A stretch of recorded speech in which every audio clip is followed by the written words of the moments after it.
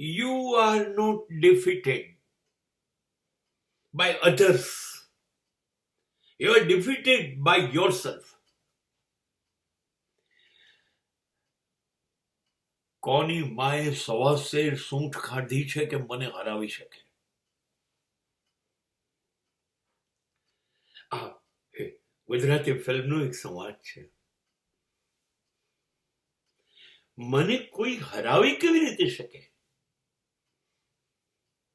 કેવી રીતે હરાવી શકે? એનો મતલબ એ નથી કે હું હારીશ જ નહીં, હું કાયમ જીતીશ.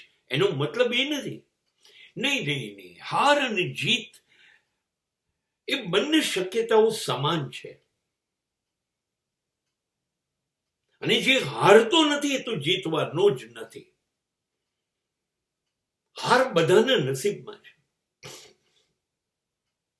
લાઓ ત્સુ જેવો તો ફિલોસોફર એવું કહે છે, હું તો હારેલો જ છું,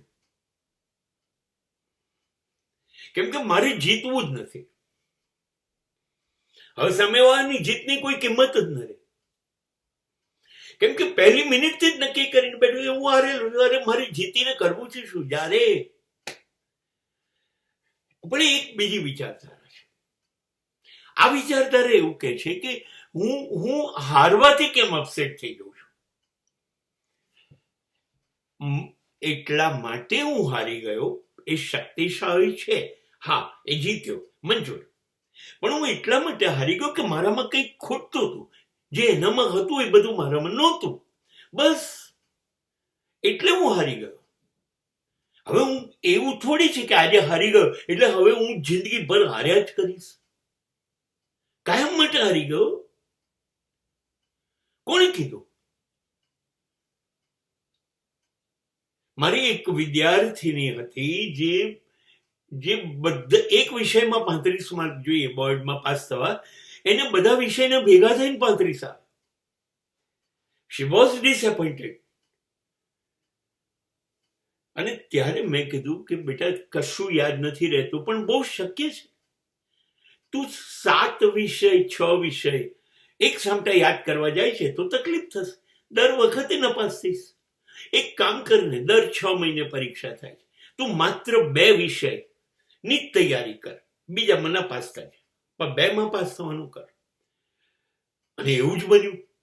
6 મહિના બાદ એને 2 પરીક્ષા 2 જ વિષયની આપ્યા. બધા 2 પાસ થઈ ગઈ. પાછા બીજા 6 મહિને ફરી બીજી 2 ની પાસ થઈ ગઈ. પાછા બીજા 6 મહિને ફરી બીજી. આમ કરતા 2 વર્ષની અંદર એને 6 વર્ષ પાસ કરી, 6 વિષય પાસ કરી કાઢે. હવે 6 વિષય જોડે જ રહી હોત તો નપાસ થાત. એની હિંમત તૂટી જાત.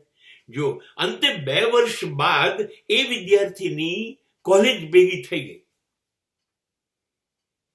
તમે તમારી હાર થઈ છે એમાંથી શીખીને આયોજન કરો કે ક્યાં તમે નબળા પડ્યા અને એ ભૂલો સુધારી કાઢો કે આ રહેવું, આ બરાબર છે, આ ઓકે, આમ કરી કાઢું છું.